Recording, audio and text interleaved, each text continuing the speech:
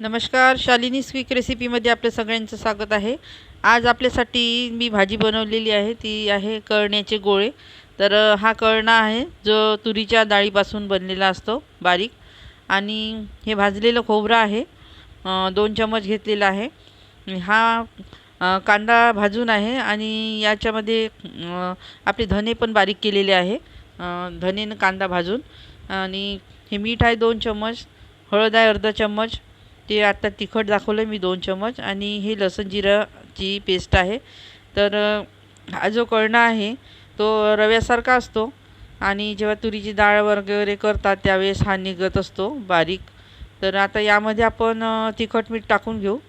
तर हे 1 चम्मच मीठ टाकून घेतलं आहे मी। आणि यामध्ये आता हळद टाकू अर्धा चम्मच आणि तिखट टाकू।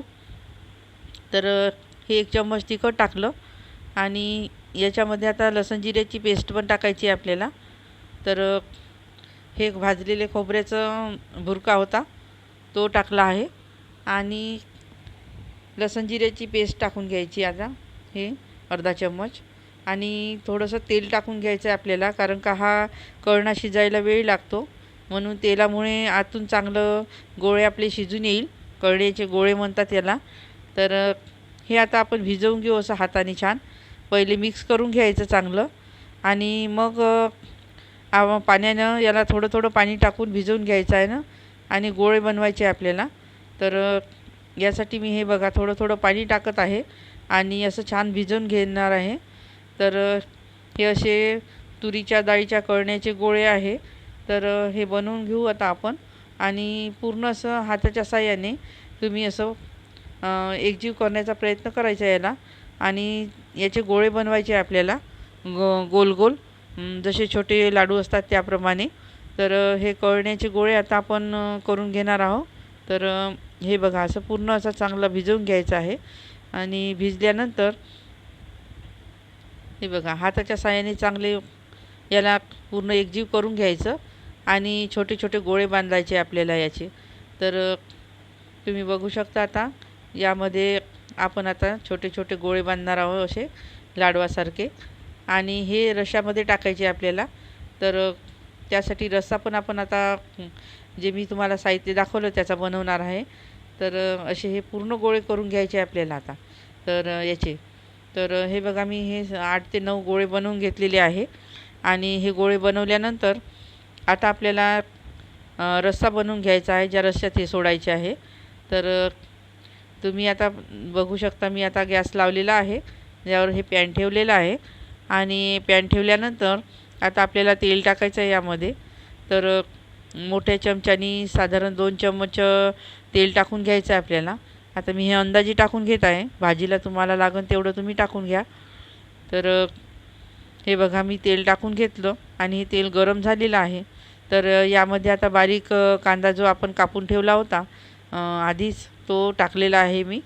आणि हा कांदा चांगला आपल्याला लालसर रंगावर परतून घ्यायचा आहे। तर हा कांदा असा परतत असताना यामध्ये आपल्याला आता हिरवी मिरची घेतली होती मी, 2 हिरव्या मिरच्या घेतलेल्या होत्या, त्या पण मी टाकून घेणार आहे। तर हे बघा हा कांदा चांगला परतून घ्यायचा आणि हे बघा ही हिरवी मिरची टाकून घ्यायची यामध्ये। तर हिरवी मिरची पण छान होऊ द्यायची आहे आपल्याला यावर तेलामध्ये।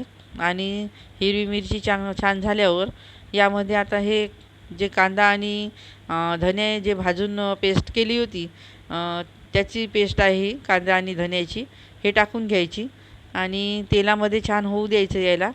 तर हे पूर्ण मिक्स झाल्यानंतर आता यामध्ये आपण खोबऱ्याची जी बारीक भुर्का करून ठेवला होता, जे भाजून होतं खोबरं, आणि ही लसूण जिऱ्याची पेस्ट आहे हे पण टाकून घ्यायची।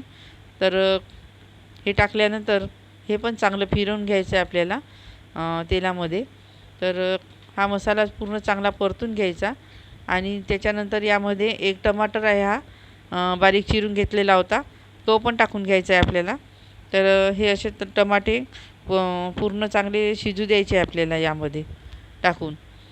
तर हा मसाला आता थोडासा तेलामध्ये चांगला परतून घ्यायचा आहे आपल्याला आणि 1 मिनिटासाठी, कारण का टमाटे पण हे नरम होऊन जाईल यामध्ये। आणि त्यानंतर आता आपल्याला तिखट मीठ टाकायचं यामध्ये. तर हे 2 चम्मच तिखट होतं आणि अर्धा चम्मच हळद आहे आणि 2 चम्मच मीठ आहे. तर हे सगळं साहित्य आपण आता टाकून घेऊ यामध्ये आणि हे तिखट मीठ चांगलं फिरवून घ्यायचं आहे या मसाल्यामध्ये आणि पूर्ण मसाला लागला पाहिजे याला. तर हे सगळं मिक्स करून घ्यायचं चांगलं आणि मिक्स केल्यानंतर यामध्ये थोडं पाणी घालायचं आहे आपल्याला मसाला शिजण्यासाठी. तर थोडंसं पाणी टाकल्यानंतर याला अजून चांगलं फिरवून घ्यायचं आणि 1 मिनिट तरी याला शिजू द्यायचं आहे आपल्याला. तर हे बघा हे सगळं असं मी फिरवून घेतलं छान आणि त्याच्यानंतर थोडंसं 1 मिनिटासाठी आपण झाकण लावायचं आणि हा मसाला थोडासा शिजू द्यायचा. तर हे बघा कसा मसाला शिजलेला आहे आणि बघू शकता तुम्ही किती छान दिसत आहे. तर आता यामध्ये आपल्याला पाणी टाकून घ्यायचं आहे. तर तुम्हाला जेवढा रस्सा करायचा असेल तेवढं तुम्ही पाणी टाकून घेऊ शकता आणि आता हे गोळे जास्त असल्यामुळे मला जास्त पाणी टाकावं लागेल यामध्ये आणि रस्सा पातळ जरी झाला तरी गोळे जेव्हा टाकतो शिजते त्यानंतर तो घट्ट येतो. तर तुम्ही असा रस्सा पातळच करून घ्यायचा पहिले. तर हे बघा असा पहिले पातळ वाटेल तुम्हाला पण त्यानंतर हा रस्सा चांगला घट्ट येईल. तर तर आता हे जे आपण पाणी टाकलं रस्स्यामध्ये तर हे चांगलं उकळू द्यायचं आहे आपल्याला आता. तर याची पूर्ण उकळ येऊ द्यायची आपल्याला आणि चांगलं उकळल्यानंतरच यामध्ये हे गोळे टाकायचे आहे. तर हा रस्सा मसाला होता जो ग्रेव्ही मसाला होता एक आणि गरम मसाला होता आणि ह्या रस्सा मसाला होता तो मसाले टाकून घेतलेले आहे मी वरून थोडंसं घट्टपणा येण्यासाठी. तर आता हे बघा हे पाणी आपला रस्सा खूप छान उकळत आहे. तर ह्या उकळत्याच रश्श्यामध्ये आपल्याला हे गोळे टाकून घ्यायचे आहे आणि थंड याच्यामध्ये गोळे टाकायचे नाही कारण का जेव्हा उकळी येईल तेव्हाच गोळे टाकायचे आणि शिजू द्यायचे. जर तुम्ही थंड रश्श्यामध्ये जर टाकले तर हे गोळे पूर्ण तुमचं बेसनच झाल्यासारखं होऊन जाईल याचं आणि गोळे उकलून जाईल पूर्ण. तर याची तुम्ही खबरदारी घ्या जरा आणि जेव्हा रस्सा उकळेल त्याच वेळेस गोळे टाका आणि 1 मिनिटासाठी अजून झाकून ठेवा. याला काही हलवू नका आणि 1 मिनिटानंतर त्यानंतर तुम्ही त्या गोळ्याला तुम्ही हलवू शकता. तर हे असं ची भाजी आपण बनवली आहे ती आता झाकण लावून मीडियम आचवर याला तुम्ही 10 ते 15 मिनटं शिजवून घ्यायची आहे कारण का हे गोळे आहे मोठे. तर आतून शिजण्यास थोडंसं वेळ लागतो त्यामुळे.